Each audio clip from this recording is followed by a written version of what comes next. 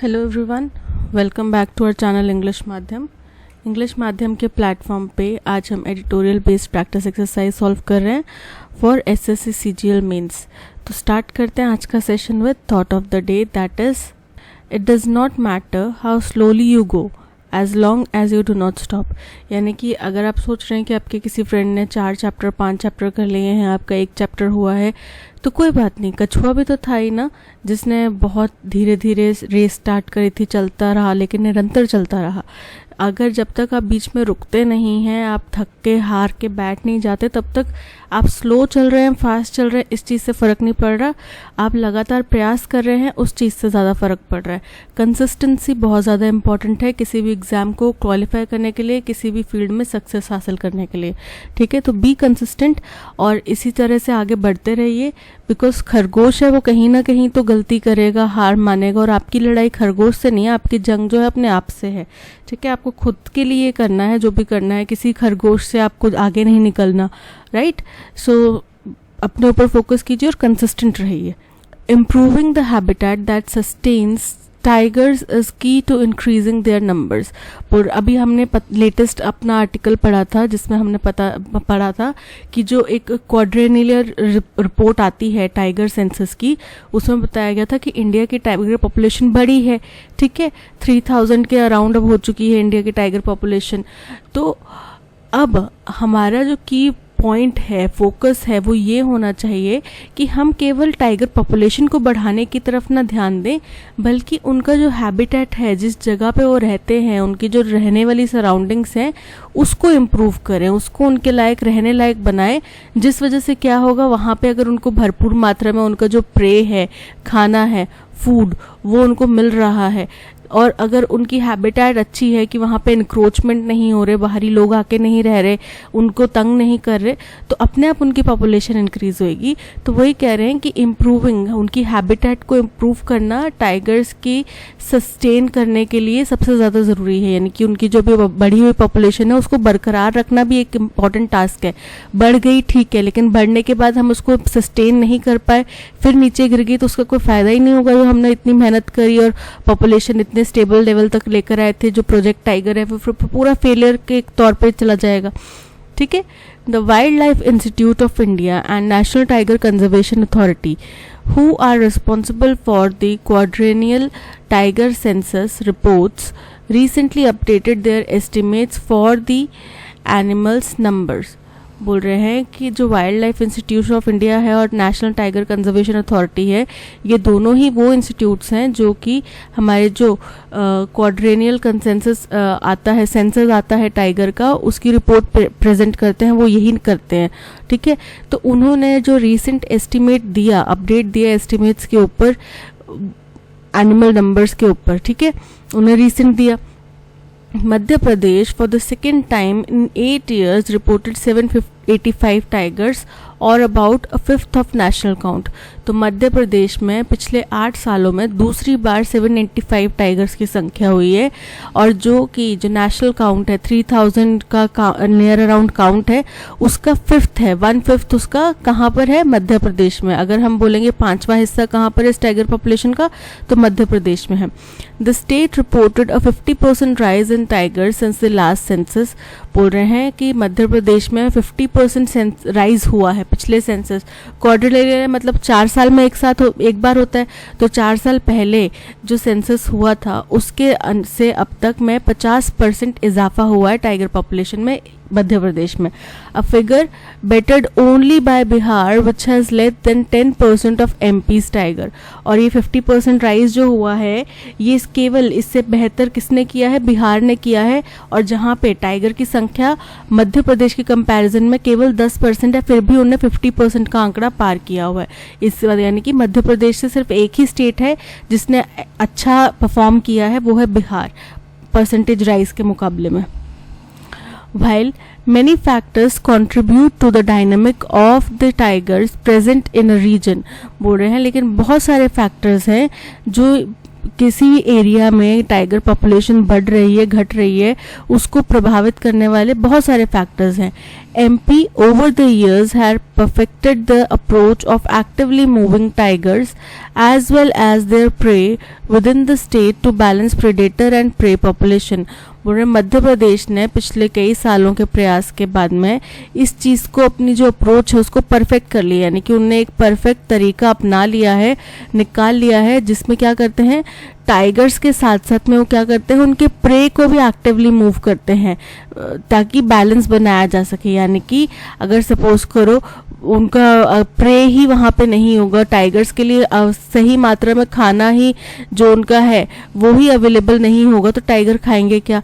खाएंगे नहीं, तो वो तो भूखे मर जाएंगे, है ना. घास फूस तो टाइगर खा नहीं सकते, वो खा के तो सरवाइव कर नहीं सकते, उनको तो प्रे चाहिए ना. और प्रे भी ऐसा नहीं कि अगर इतने बड़े शेर के आगे छोटा सा चूहा रख देंगे तो उससे थोड़ी उसका पेट भरने वाला है, नहीं ना. उनको उनका आराम से पेट भर जाए और ज़्यादा उनको मशक्क़त भी ना करनी पड़े, ऐसा उनको प्रे चाहिए. ठीक है, कि बहुत विलुप्त तो हो गई कगार पे खड़ा कोई प्रे मिल रहा है कि वहाँ पे 50 टाइगर हैं और 50 के बीच में एक प्रे है, तो वो 50 एक के ऊपर कैसे निर्भर करेंगे? उनकी तो पॉपुलेशन फिर घटनी है. In the last 2 decades, MP has reintroduced species such as Barasingha, 2 new habitats such as Satpura and Bandhavgarh. बोल रहे हैं पिछले 2 दशक में, यानी कि पिछले 20 सालों में मध्य प्रदेश ने क्या किया है, उन्होंने जो स्पीशीज़ हैं, जैसे कि बारासिंघा की स्पीशी है, उसको सतपुड़ा और बांधवगढ़ के इलाकों में उन्होंने दोबारा से ला कर रखा, इंट्रोड्यूस करा. And the gaur to the Bandhavgarh and Sanjay Dubri tiger reserves. और गौड़ की स्पीशीज उनने कहाँ ला के रखी? बांधवगढ़ और संजय डुबरी टाइगर रिजर्व्स में ला के रखी. Prey species such as chital मतलब कि जो स्पॉटेड डियर होता है वो, have been successfully supplemented in the Satpura and Sanjay tiger reserves, Nauradehi, Kuno and Gandhi Sagar wildlife sanctuaries through translocation from high density Pench and Bandhavgarh. बोल रहे हैं ये जो डियर की प्रजाति है इसको कौन कौन से इलाकों में, सतपुड़ा, संजय टाइगर रिजर्व्स, नौरादेही, कूनो, गांधी सागर, इन सब सेंचुरीज में रखा गया, लेकर आए गए. और कहाँ से? उन जगहों से जहाँ पे इनकी बहुत ज़्यादा तादाद है. और वो कौन सी जगह है? पेंच और बांधवगढ़. इन जगहों पे चित्तल डियर की ज़्यादा स्पीशीज़ हैं, मतलब स्पीशीज़ की ज़्यादा क्वांटिटी है, तो वहाँ से लेकर आए इनको इन जगहों पे. अब ये क्या है? ये सारे टाइगर का प्रे है. ठीक है, तो अब वो सिंक में जो एक लाइफ बैलेंस, बायोडाइवर्सिटी का एक जो बैलेंस बनाने की कोशिश की जा रही है कि डियर्स भी वहाँ पे आगे बढ़ें. ठीक है, उनकी स्पीशी भी एक्सपैंड करे और वो उनके प्रे के, टाइगर के प्रे के तौर पर रहें और उनकी स्पीशीज़ भी आगे एक्सपैंड करें. तो ये मध्य प्रदेश की लगातार मतलब चल रही कोशिश है. These often involve tracking, darting and capturing animals. तो अब प्रे लेकर आना है, एक जगह से दूसरी जगह ट्रांसलोकेट करना है, तो उसमें उनको पकड़ना भी पड़ेगा. तो पहले उनको ट्रैक करना पड़ेगा, फिर डार्टिंग मतलब कि उनको बेहोश करके जो पकड़ा जाता है, कैप्चर करा जाता है, ये सब चीज़ें करनी पड़ेंगी. Keeping them in temporary enclosures until they reach sufficient numbers and then releasing them into their new habitat. फिर उनको एक जगह पे बंद करके रखा जाता है कि उनकी सफिशिएंट मात्रा में तादाद हो जाए और फिर उनको फिर नेचुरल हैबिटेट में, नए एरियाज में खोल दिया जाता है, छोड़ दिया जाता है. Principles of ecology, however, insist that such relocation only be done within landscapes that are not too alien to the species, lest it be counter productive. तो बोल रहे हैं जो इकोलॉजी का सिद्धांत है वो भी यही जोर देता है कि हमें अगर इस तरीके के रिलोकेशन करने हैं तो हम कोशिश करें कि जैसे चित्तल की हम प्रजाति लेकर आए, तो ऐसा नहीं है कि चित्तल अगर मध्य प्रदेश में होता है तो उसको वहाँ से ले जाके हिमाचल प्रदेश में पहुँचा दें या फिर वहाँ से उठा के पंजाब में पहुँचा दें, क्योंकि दोनों एरियाज़ का ह्यूमिडिटी, टेम्परेचर, एनवायरनमेंट हर चीज़ अलग है. और हो सकता है चित्तल जिस तरीके का फल खाता है, पेड़ पौधे खाता है, पत्तियां खाता है, वो उसको पंजाब या हिमाचल के एरियाज़ में ना मिले, या फिर वो वहाँ के टेम्परेचर से अडेप्ट ना कर पाए. तो वह बोल रहे हैं कि इकोलॉजी के सिद्धांत के अनुसार अगर हमें इस तरीके के रिलोकेशन करने हैं तो हमें ऐसी जगहों पे नहीं करने चाहिए जो कि किसी भी प्रजाति के लिए बिल्कुल एलियन, यानी कि बिल्कुल अलग थलग पड़े लगे, उनको बिल्कुल ही दूसरी तरीके के लगे, अलग तरीके के. अदरवाइज़ क्या होगा कि ये जो हमारा प्रयास है ये काउंटर प्रोडक्टिव, यानी कि उल्टा पड़ जाएगा। कहीं ऐसा ना हो कि चित्तल की ही प्रजाति खत्म होने पर पहुंच जाए, है ना, ऐसा नहीं होना चाहिए। फिर वो क्या हो जाएगा, हम क्या करने जा रहे थे, हम करने जा रहे थे कि टाइगर की पॉपुलेशन स्टेबल करें और चित्तल की घट गई, ऐसा नहीं हो, right. However, recent amendments to the Forest Conservation Act give more leeway for large parcels of forest land to be diverted for industrial concerns। लेकिन अभी जो recent, आपको पता है कल परसों ही हमने जिक्र करा था कि recent एक फॉरेस्ट कंजर्वेशन एक्ट 2023 पास हुआ, ठीक है। तो बोल रहे हैं कि उसके तहत जो है ज़्यादा लीवे, यानी कि ज़्यादा उनको आज़ादी मिल जाती है सरकार को कि वो फॉरेस्ट लैंड के बड़े बड़े टुकड़े जो हैं, बड़े बड़े हिस्से जो हैं, वो इंडस्ट्रियल पर्पसेस के लिए दे दें। तो इससे क्या होएगा, इससे हमारे जो कोशिश है, प्रयास है टाइगर कंजर्वेशन का, या फिर डियर या फिर और किसी प्रजाति को बचाने का, एनिमल्स को बचाने का, बेसिकली वो क्या हो जाएगा, खतरे में पड़ जाएगा। क्योंकि अगर फॉरेस्ट कवर इतना है और इसका इतना टुकड़ा अगर इंडस्ट्रियल को दे दिया तो बचा ये और ये पार्ट, और बीच में इस एरिया की वजह से इस पार्ट में और इस पार्ट में भी डिस्टर्बेंस तो होएगा ही। तो वो क्या होएगा, उनकी नेचुरल हैबिटेट को हम एक तरीके से डैमेज कर रहे हैं। These would mean greater fragmentation within reserves and more dependence on the practice of moving prey around to maintain carnivore numbers. बोल रहे हैं इसका मतलब ये होगा कि और खंडित हो जाएगा, ठीक है, रिजर्व के अंदर में ही जो उनका रिजर्व का एरिया है वो खंडित हो जाएगा, और खंडित हो जाएगा इसका मतलब कि अब हमें और ज़्यादा निर्भर होना पड़ेगा प्रे को मूव करने में और कार्निवोर के नंबर्स को मेंटेन करने में। क्योंकि हो सकता है कि अभी तक ये जो चित्तल है वो इस एरिया में पनपे हों, लेकिन क्योंकि यहाँ से यहाँ उनको जाना मुश्किल हो जाएगा, पहले आते जाते थे, अभी वो इस एरिया में फंस गए, अब इंडस्ट्रियलाइजेशन हो गया, यहाँ पे इंडस्ट्रीज लग गई, तो यहाँ से यहाँ कैसे जाएंगे, तो यहाँ से यहाँ नहीं जा पाएंगे, तो हमें फिर वही कैप्चर करो, डार्टिंग करो, ट्रैक करो, फिर उसको यहाँ पे से यहाँ लेकर आओ ताकि यहाँ वाले शेर भूखे न मर जाएं। This approach, however, increasingly poses a conundrum to the Indians' philosophy of conservation, which is to avoid creating fenced। बोल रहे हैं लेकिन ये जो सिद्धांत है ये क्या कर रहा है, ये एक नेगेटिव या फिर उसका विपरीत हो रहा है। जो हमारा सिद्धांत है ना कि हम कंजर्वेशन, जिसकी हमारे सिद्धांत की बाहर के देशों ने भी तारीफ करी कि भाई आपका प्रोजेक्ट बड़ा सही है कि आप लोग बिना फेंस किए ह्यूमन और एनिमल को बीच में एक साथ लेकर क्या करते हैं कि आपने कंजर्वेशन का अच्छा तरीका निकाल लिया और कंजर्वेशन के जो आपके प्लान्स हैं वो काम भी करे। तो ये जो हमारी फिलॉसफी है ना कि बिना फेंसिंग के, बिना स्पेस को अलग किए, सेग्रीगेटेड स्पेसेस के हम ये कंजर्वेशन प्रोजेक्ट चला पाए, तो इसके अगेंस्ट में चला जाएगा वो, ठीक है, इसके बिल्कुल ही विपरीत हो जाएगा। क्योंकि अब क्या होगा, अगर फॉरेस्ट का कुछ एरिया हमने इंडस्ट्रियलाइजेशन के लिए दिया तो वो इंडस्ट्रियलिस्ट जो है वो तो अपने एरिया को फेंसिंग करेंगे ही, वो फेंसिंग करेंगे, फॉरेस्ट का एरिया ही इतना था तो इतने में फेंसिंग होगी, तो मतलब ये यहाँ से एनिमल यहाँ नहीं जा सकते ना, आगे नहीं जा सकते, इस तरफ नहीं जा सकते, ये इधर नहीं जा सकते, अगर बीच में फ्रैगमेंट दिए जा रहे हैं इस तरीके से तो नहीं जा सकते वो। तो क्या हो गया, एक तरह से फेंसिंग ही होगी, हम लोग क्या कर रहे हैं, एक बाउंड्री लगा रहे हैं साथ में। तो उससे क्या होगा, जो हमारा कंसेप्ट था कि हमने विदाउट एनी बाउंडेशन उनके ओपन स्पेसेस में हमने उनका कंजर्वेशन करना है, वो उस सिद्धांत के बिल्कुल विपरीत हो जाएगा। India's conservation Athos right from the conception of Project Tiger was to restore the beast number in a way that it could coexist with human। अब हिंदुस्तान का जो कंजर्वेशन का एथिक्स था, कि हमारा जो विश्वास था या फिर हमारा जो सिद्धांत था वो ये था कि हम भाई इस प्रोजेक्ट टाइगर जब से शुरुआत हुई तब से यही था कि हम इनकी संख्या वापस ऊपर लेकर आएंगे। कैसे कि ये ह्यूमंस के साथ को एग्जिस्ट करें। With the government finding it harder to maintain connected forest landscapes and ensure man and beast stay within their confines, expecting nature alone to restore the predator prey balance is a fantasy। बोल रहे हैं अब जब सरकार को ये चीज़ मुश्किल लग रही है, सरकार के लिए ये चीज़ मुश्किल हो गया है कि वो एक कनेक्टेड फॉरेस्ट लैंडस्केप बना के रखें, यानी कि बीच में कोई भी हस्तक्षेप ना हो, ये पूरा का पूरा एरिया जो है वो फॉरेस्ट में ही रहे, बीच में ये जो एरिया हम इंडस्ट्रीज को देने की बात कर रहे हैं ये चीज़ ना हो, तो ये अब सरकार के लिए मुश्किल हो रहा है बरकरार रखना।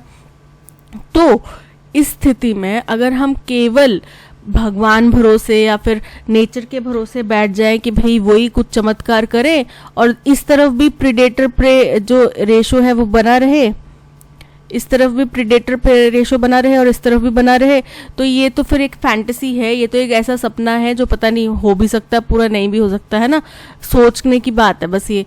It is time that more states implemented active pray management policies. अब ये बहुत सही समय है और ज़्यादा ज़रूरत है हमें इस चीज़ की कि जो सब बाकी स्टेट्स भी हैं, बाकी सरकारें भी हैं, वो क्या करें, एक्टिव प्रे मैनेजमेंट पॉलिसी का इस्तेमाल करें. एक्टिव प्रे मैनेजमेंट पॉलिसी मतलब कि प्रेस को पकड़ के उनके एरियाज़ में लेकर आना जहाँ पे पहले से ही जो कार्निवोरस हैं वो मौजूद हैं, ताकि उनको सप्लाई की कमी ना हो. ठीक है. This will require drawing on scientific expertise and also support from people living in the vicinity of reserves. अब ये काम करने के लिए हमें एक तो साइंटिफिक अप्रोच लेकर आनी पड़ेगी, है ना. तो जो भी साइंटिस्ट मौजूद हैं हमें उनकी मदद लेनी पड़ेगी, उनके एक्सपर्ट ओपिनियन चाहिए साथ में. दूसरी चीज़, जो वहाँ के आदिवासी समुदाय या फिर इंडिजिनस लोग हैं जो जंगलों में रहते हैं, जिनको वहाँ के बारे में ज़्यादा पता है, हमें उन दोनों की मदद लेनी पड़ेगी. साथ बाय साथ उन दोनों का सपोर्ट चाहिए. ठीक है, ताकि हम इस प्रोजेक्ट को सही से आगे इम्प्लीमेंट कर पाए. More importantly, this should prompt a move away from the approach of focusing on carnivore numbers to evaluating whether the habitat necessary to sustain these animals is being consistently improved. और सबसे महत्वपूर्ण चीज़ ये है कि हमें केवल उनके नंबर के ऊपर नहीं फोकस देना है. अच्छा आज 100 हो गया, आज 102 हो गया, आज 700 हो गया, ऐसे उनके नंबर पे नहीं हमें देखना चाहिए. बिकॉज अगर हम केवल नंबर बढ़ाने के ऊपर अगर जोर देते रहेंगे तो एक टाइम बाद वो नंबर गिरना भी शुरू हो जाएगा. हमें ज़्यादा प्रयास, हमारा ज़्यादा ध्यान किस तरफ केंद्रित करना चाहिए कि हम उनकी जो हैबिटेट है, यानी कि जो उनका नेचुरल सराउंडिंग है, जिस जगह पे वो रहते हैं, उसको हम कंसिस्टेंटली लगातार कैसे इम्प्रूव करें उनके बेटरमेंट के लिए. यानी कि उसको इम्प्रूव किया जाए जिसमें कि उनका रहन सहन जो है, एनिमल्स का रहन सहन है, वो पॉसिबल हो पाए बिना उनको डिस्टर्ब किए. ठीक है, तो हमें ज़्यादा ध्यान इस चीज़ की तरफ देना चाहिए. चलिए क्वेश्चन नंबर 1 हम देखते हैं. Madhya Pradesh success in reporting a 50% rise in tigers since the last census can be attributed to which of the following strategies as mentioned in passage. बोल रहे हैं मध्य प्रदेश में जो 50% का आंकड़ा पार किया है ना, कि टाइगर पॉपुलेशन उनकी 50% बढ़ गई है पिछले सेंसस के मुकाबले, तो इनमें से कौन सी चीज़ है, कौन सा पॉइंट है जो जिसकी वजह से ये पॉसिबल हो पाया है. Increasing the count of tigers in other states, की बाकी स्टेट्स में भी बढ़ा है. ऐसा नहीं है, हमने देखा कि केवल एक बिहार है जिसने 50% का आंकड़ा पार किया है मध्य प्रदेश के साथ में. ठीक है, तो वही एक थोड़ा आगे है, जबकि बिहार की टाइगर पॉपुलेशन मध्य प्रदेश की टाइगर पॉपुलेशन से बहुत कम है. फिर भी उन्होंने ये चीज़ अचीव करने में कोशिश कर पाई, यानी कि बाकी स्टेट्स अभी इस तरीके से इतने आगे पहुंच नहीं पाए हैं, तो यानी कि उन्होंने कुछ अलग किया है. Actively moving both tigers and their prey within the state to balance predator and prey population. Option B is correct, कि दोनों एक्टिवली टाइगर्स को भी और उनके प्रेस को भी मूव किया जाता है, एक जगह से दूसरी जगह लेकर आया जाता है, इंट्रोड्यूस किया जाता है, ताकि प्रीडेटर और प्रे पॉपुलेशन में एक बैलेंस बनाया जा सके. ठीक है, so option B is correct. According to the passage, what is the central concern or challenge that is highlighted in the context of India's conservation efforts? बोल रहे हैं हिंदुस्तान के जो कंजर्वेशन एफर्ट्स हैं उनके सामने अब क्या चैलेंज जो है, मुख्य कंसर्न या मुख्य चैलेंज जो है वो सामने आ रहा है. तो यही है कि हम जो कनेक्टेड एरिया है, कनेक्टेड फॉरेस्ट लैंडस्केप्स हैं, वो बनाकर रख पाएँ, या फिर दोनों प्रेडेटर प्रे के बीच में एक बैलेंस बना के रख पाएँ. तो the focus on relocating predator species to different reserves, क्या हमें ये हमारा चैलेंज है कि हमें उनके फोकस करना चाहिए कि हम प्रेडेटर को अलग अलग रिजर्व्स में इंट्रोड्यूस करें, ऐसा तो नहीं है ना. The increasing difficulty in maintaining connected forest landscapes and the balance between predator and prey. Option B is correct. What can be inferred about Madhya Pradesh's approach to maintaining the tiger population from the passage? बोल रहे हैं मध्य प्रदेश की जो approach है tiger population को maintain करने के लिए, उसके बारे में हमें क्या बात पता चलती है. Madhya Pradesh relies solely on natural predation to maintain the predator prey balance. बिल्कुल इनकरेक्ट है वो बल्कि बहुत actively predator prey relationship maintain करने की कोशिश करते हैं, एक्टिवली मूव करते हैं प्रे को भी और प्रेडेटर्स को भी, ठीक है। Madhya Pradesh has experienced a decrease in tigers number, incorrect है। Madhya Pradesh has actively manage both predator and prey population through translocation and reintroduction, correct है, यही किया है उनने। So option C is correct.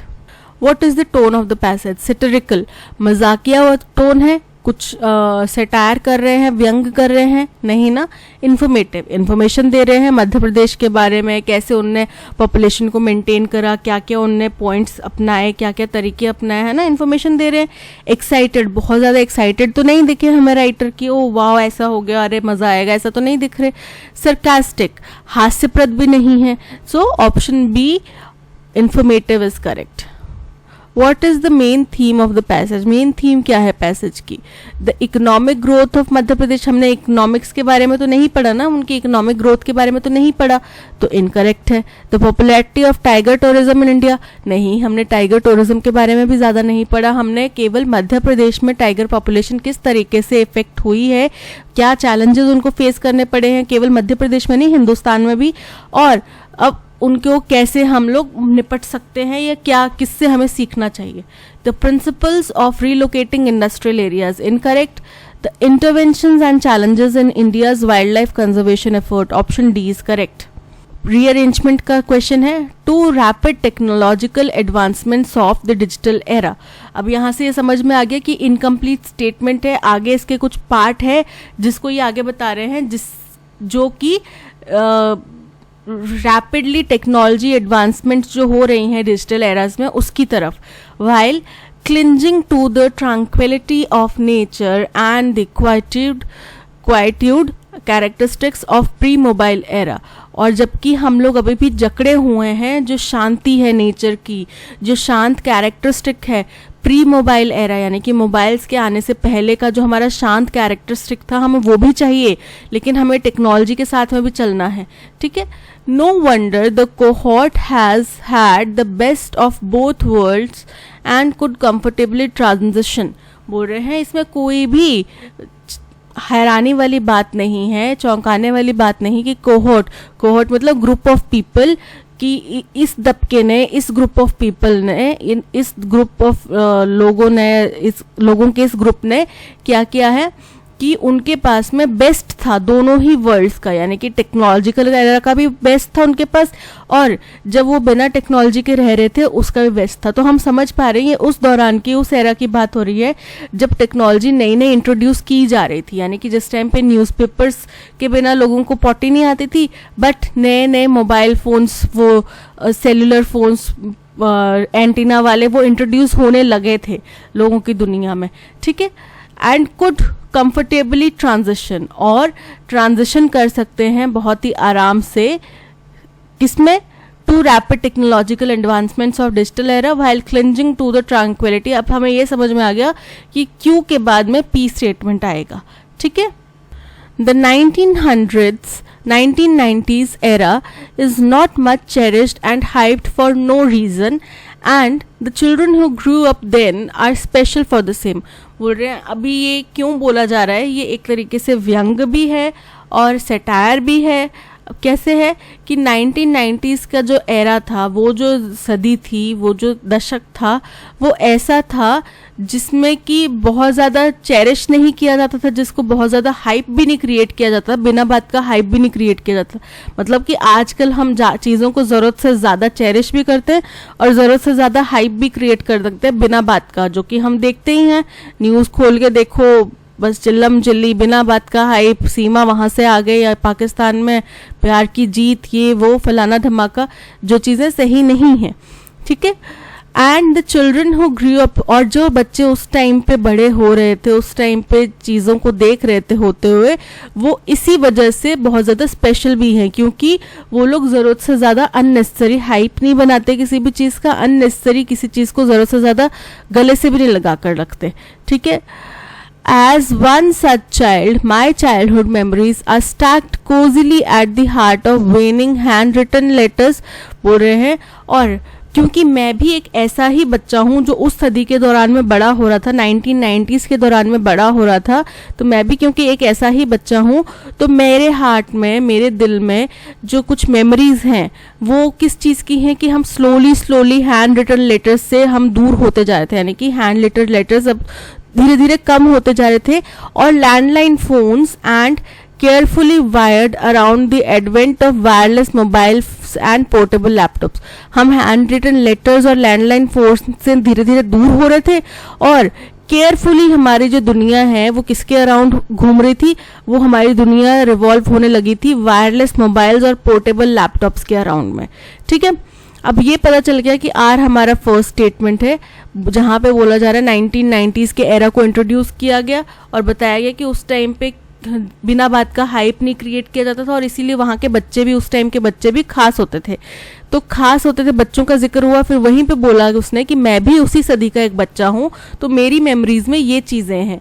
ठीक है, क्या है कि उस टाइम पे लेटर्स और लैंडलाइन फोन्स धीरे धीरे कम हो रहे थे, और हमारी दुनिया में नई चीज़ें आ रही थी, जैसे वायरलेस मोबाइल फोन्स और पोर्टेबल लैपटॉप्स, ये चीज़ें हमारे आसपास में आने लग पड़ी थी। ये हो गया सेकेंड। फिर थर्ड बोला कि कोई भी दोहराए की या कोई भी आशंका की बात नहीं है कि ये जो दबका है लोगों का, ये इसके पास में दोनों ही देशों, दोनों ही दुनियाओं का बेस्ट था।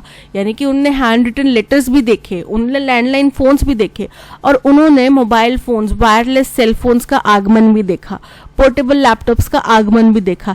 इसीलिए वो बहुत कंफर्टेबली ट्रांजिशन हो गए to the rapid technological advancements of digital era, कि जैसे जैसे डिजिटल एरा में रैपिडली टेक्नोलॉजिकल एडवांसमेंट्स हो रहे थे उसमें भी ट्रांजिशन हो गए।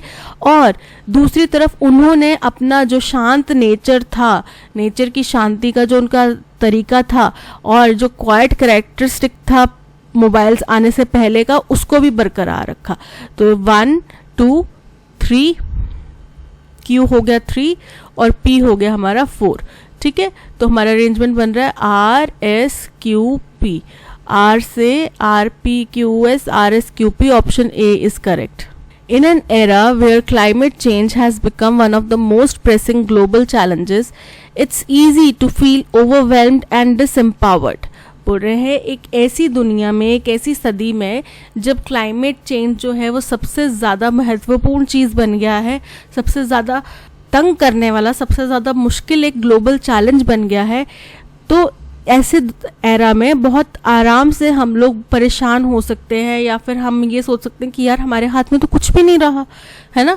कई बार डर लगता है कि आगे आने वाले, जैसे वो बताते हैं ना कि हमारे पास सिर्फ 5-6 साल बचे हैं, हम अगर हमने कुछ कर लिया तो कर लिया, तो वो ये सोच के बहुत ज़्यादा डर लगता है कि मतलब 5-6 साल बाद हमारी लाइफ क्या होगी, है ना। तो वो जो हमारे पास में हेल्पलेसनेस की फीलिंग है, ओवरवेल्म हम फील करते हैं, तो वो चीज़ें बहुत ईजी हो जाती हैं। Whether it's reducing our carbon footprint, advocating for renewable energy, or making conscious choices in our daily lives, every individual has the power to contribute to the larger goal of protecting our planet।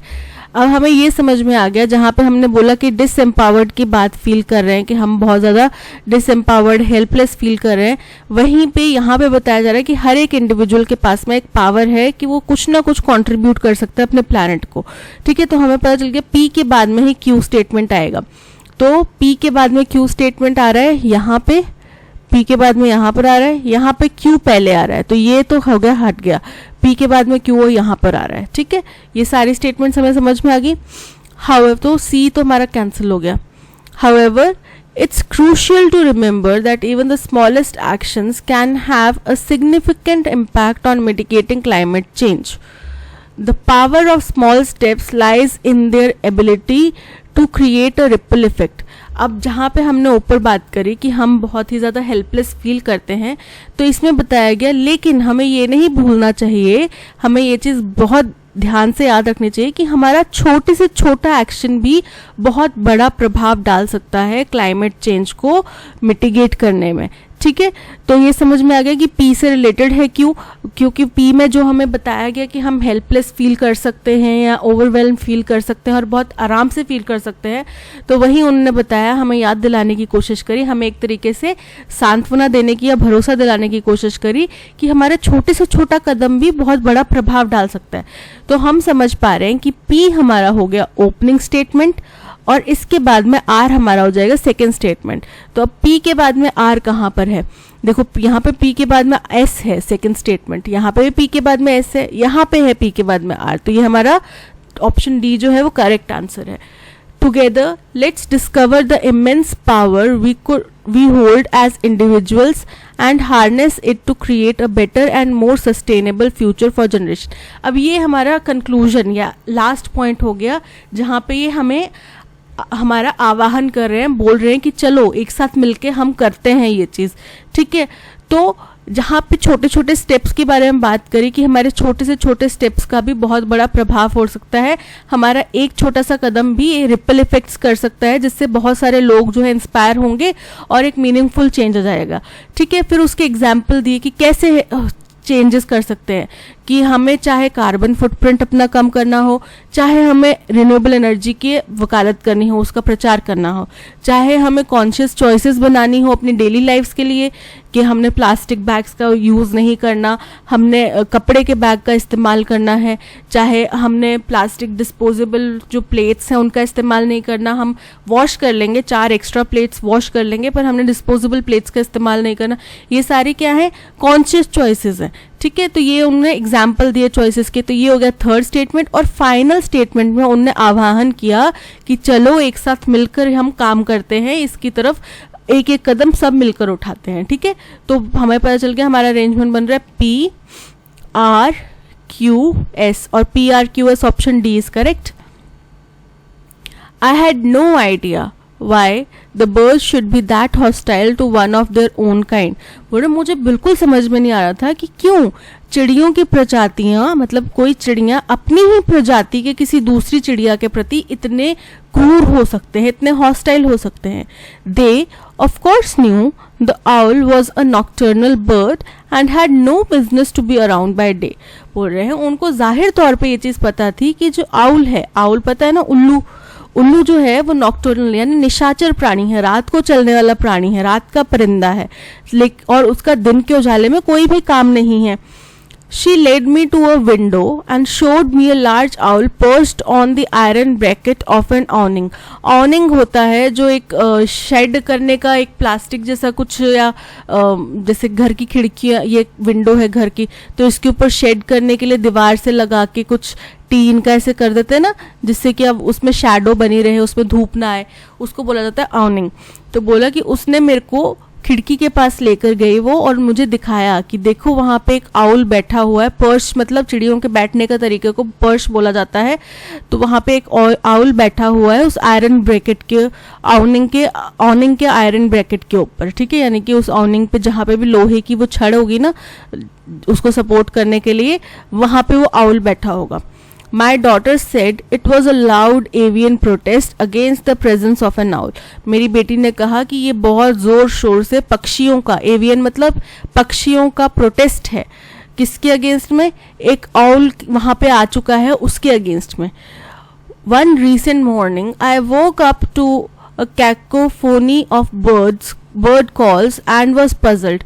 एक दिन बड़ी सुबह मतलब एक बड़ी खुशनुमा सुबह की बात है जब मेरी आंख किससे खुली? जो चिड़ियाँ थी, कैकोफोनी मतलब कि कोलाहल, चिल्लाना, चहल पहल होना। तो चिड़ियों के चहल पहल से मेरी आवाज़ जो है वो, मेरी आंख जो है वो खुल गई और मैं बड़ा अचंभित हो गया, मैं पजल हो गया, कंफ्यूज हो गया।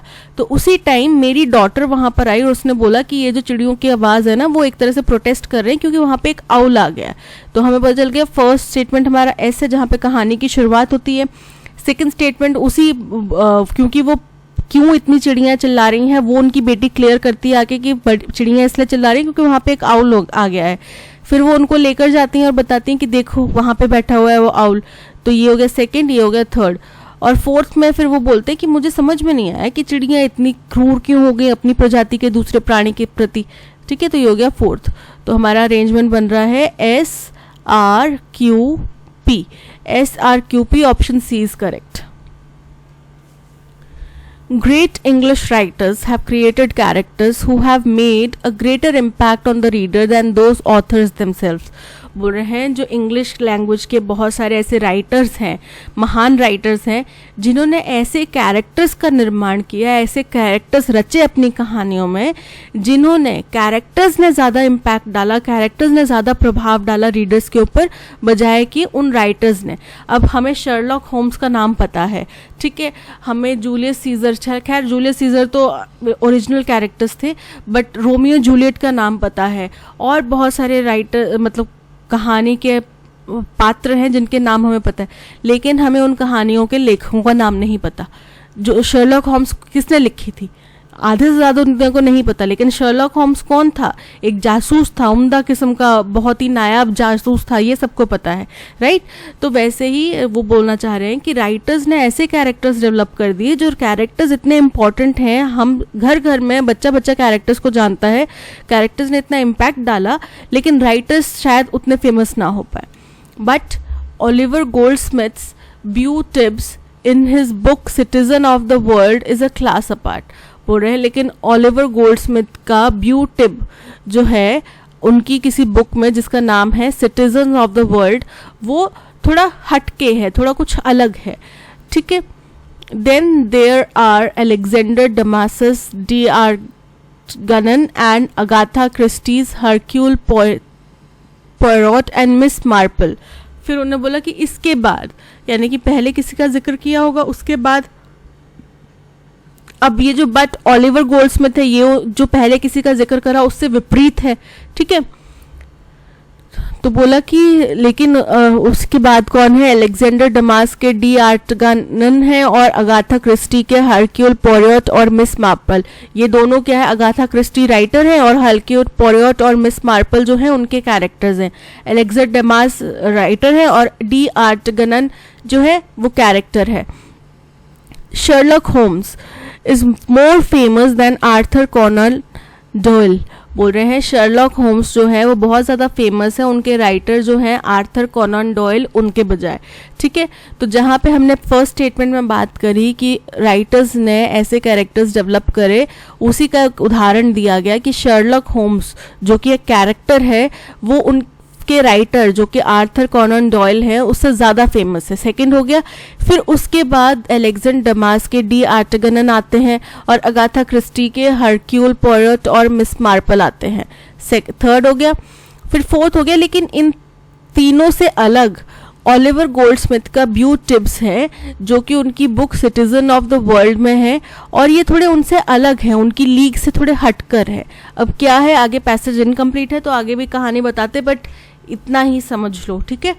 तो P आ गया फर्स्ट, S आ गया second, R Q, PSRQ, option B is correct. No research fellow defended his thesis scholarly and obtained the degree. the research fellow defended his thesis scholarly and obtained the degree. अब देखो हमें यहाँ पे कि उन्होंने scholarly तरीके से अपनी थीसिस को डिफेंड करा, यानी कि उन्होंने अच्छे थे बातचीत करके अच्छे तरीके से सूझबूझ के साथ में अपनी थीसिस को डिफेंड करा, ठीक है, ये बोलना है.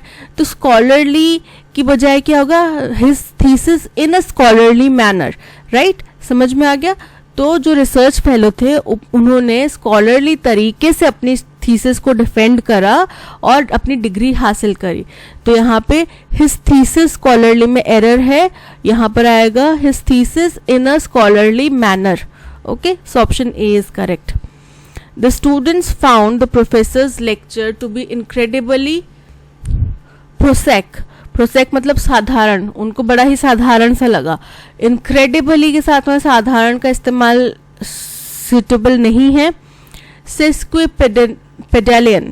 सेस्क्विपेडालियन का मतलब होता है बस शब्दों का हेर फेर, शब्दाडंबर, ठीक है. वर्बोज, ठीक है, वर्बोज हो सकता है, यानी कि केवल शब्दों का, बड़े बड़े शब्दों का प्रयोग किया उन्होंने लेक्चर में, ऐसा नहीं है. कन्वोल्यूटेड का मतलब है कॉम्प्लेक्स, जटिल. तो जो स्टूडेंट्स हैं उनको जो प्रोफेसर है उसका लेक्चर बहुत ही ज़्यादा कन्वोल्यूटेड लगा, यानी कि बहुत ही ज़्यादा कॉम्प्लेक्स लगा. So option C is correct. Lucid का मतलब है स्पष्ट, ठीक है, clear, transparent, intelligent. His cell phone is different and costlier than mine। जब दो कंडीशंस को हम एंड के जरिए जोड़ रहे होते हैं तो दोनों का अलग अलग इस्तेमाल होता है। तो उसका सेल फोन जो है, अगर मैं इसको दो पार्ट में डिवाइड करूं तो his cell phone is different. जब अगर मैं डिफरेंट की बात करूं तो डिफरेंट क्या होगा, फ्रॉम माइन, मेरे वाले से डिफरेंट है, तो his cell phone is different from mine. ठीक है, ये होगा। और दूसरा पार्ट जो है वो होगा कि his cell phone is costlier, his cell phone is costlier than mine. ठीक है, समझ में आ गया। तो जब हमने इन दोनों स्टेटमेंट्स को एंड के जरिए जोड़ना है तो क्या होगा, his cell phone is different from and costlier than mine. तो एरर कहाँ पर है, डिफरेंट के साथ में क्या होगा, ऑप्शन डी में different from and costlier than mine. Okay,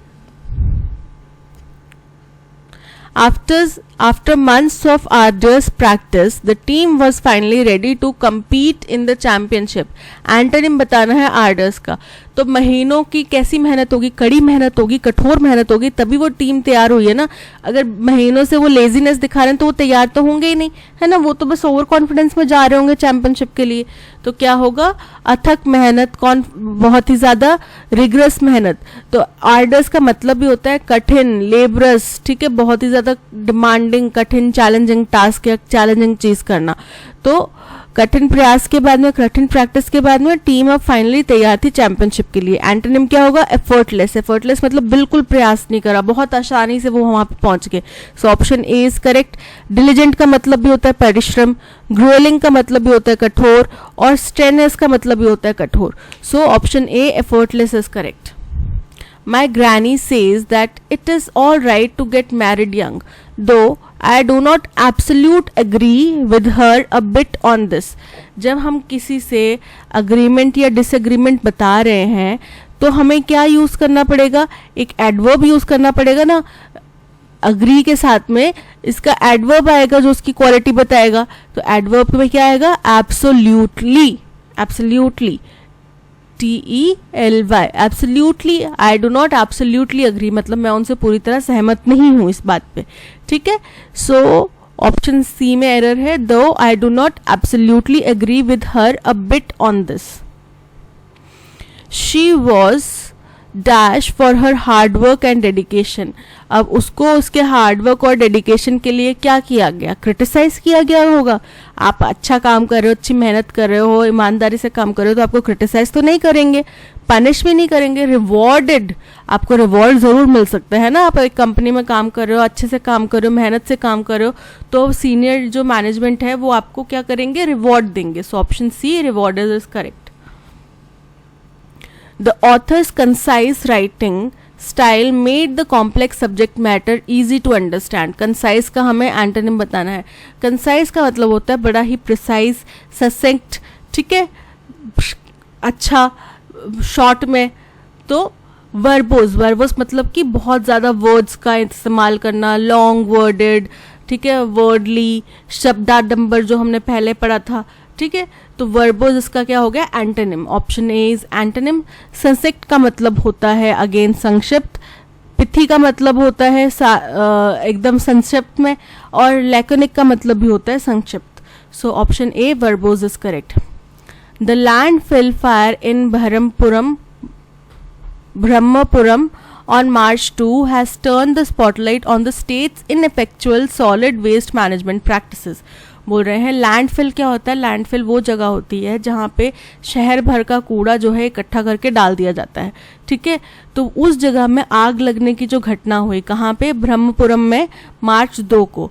इसने पूरा का पूरा ध्यान जो है वो स्टेट के यानी कि सरकार द्वारा इनइफेक्टिव तरीके से जो सॉलिड वेस्ट मैनेजमेंट किया जाता है। सॉलिड वेस्ट मैनेजमेंट यानी कि हमारे पास सुबह सुबह गाड़ी आते हैं ना कचरे वाले की, वो कचरा लेकर जाते हैं सारा, फिर वो कहाँ जाके डंप किया जाता है, उससे क्या किया जाता है। कानून ये बनाया जा रहा है कि भाई इसको अच्छे से आपने डंप करना है, इसको डिस्पोज करना है अच्छे तरीके से, लेकिन हो नहीं पाता वो चीज़ से ना। कितने ज़्यादा पॉपुलेशन है, कितना ज़्यादा कचरा है, कहाँ डंप करेंगे, कोई तरीका नहीं है, प्रॉपर यूटिलाइजेशन नहीं है।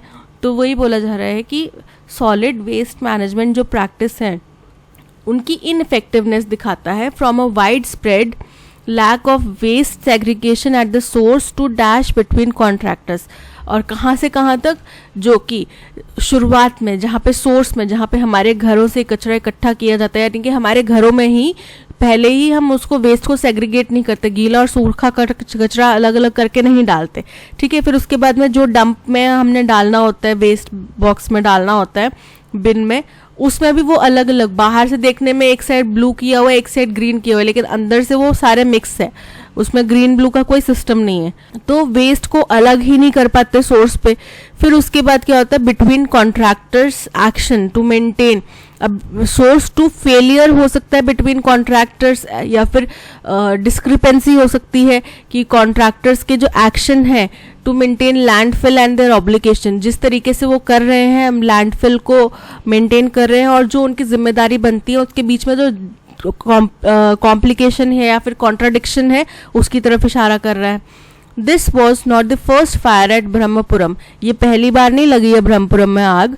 Studies by the CSIR National Institute of Interdisciplinary Science and technology in 2019 and 2020 concluded that many fires released highly dash substances, तो highly toxic हो सकता है कि उन्होंने बताया कि 2019 और 20 के दौरान में उन्होंने स्टडी करी और उन्होंने बताया कि जितनी भी फायर्स यहाँ पे लगी हैं उसमें ऐसे सब्सटेंसेस सराउंडिंग्स में रिलीज हो गए हैं।